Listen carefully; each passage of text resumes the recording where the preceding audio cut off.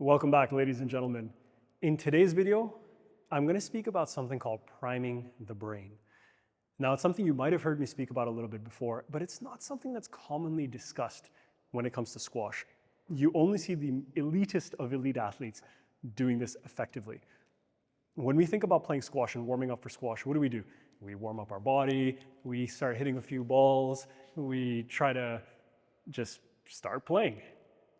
It's important to not only go through a thorough warm-up, which involves proper mobilization of your joints, warming up your muscles, especially key muscles that are used for squash, firing up your cardiovascular system, making sure that you get into some speed work, but sport-specific speed work, and then you want to start adjusting to the court, the conditions, the heat, the surface, find your targets, get your mind ready.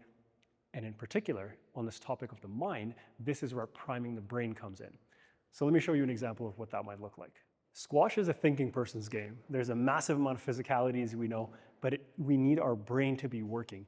One of the critical skills is that of awareness. Awareness, decision-making. So you need to recognize patterns, you need to respond to patterns, you need to create patterns, you need to break patterns. One of the drills that I really enjoy doing is the following. So I'm sure you've at some point seen drills where people are hitting cross courts. Now you can start slowly, like so, and you can just work to get into a bit of a pattern. You can speed these up, and then you're working a different skill. But the point here is that we're not trying to speed it up necessarily. What I'm trying to do is get our brains working. So I'm going to get into a more complex pattern. So I'm going to do one straight, one cross, cross back, two straight, one cross, cross back, three straight, one cross, cross back. Now, four. The reason this is so challenging is because you have to be thinking about your shots. So there's a shot accounting aspect going on, and then there's a ball control piece, and then there's a pattern piece.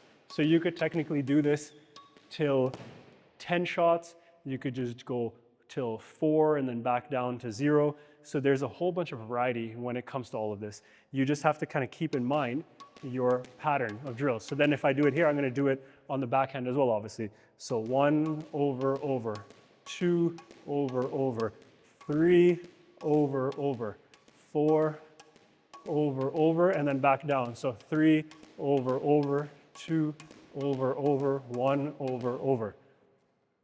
Thinking about all of that, keeping all of that in mind, staying on top of it is not easy, but this is one way in which you can get the brain, the hands, the feet, the eyes, everything starts working together through drills like these. Now, folks, I have an entire program that I've created with a whole host of priming drills. If you want to check that out, if you want to learn cool, fun, unique ways of getting your body and your mind ready for your squash matches, send me an email at ahad@arperformance.com and I will give you more details. Take care, and I hope you kick some butt on the squash court. Bye.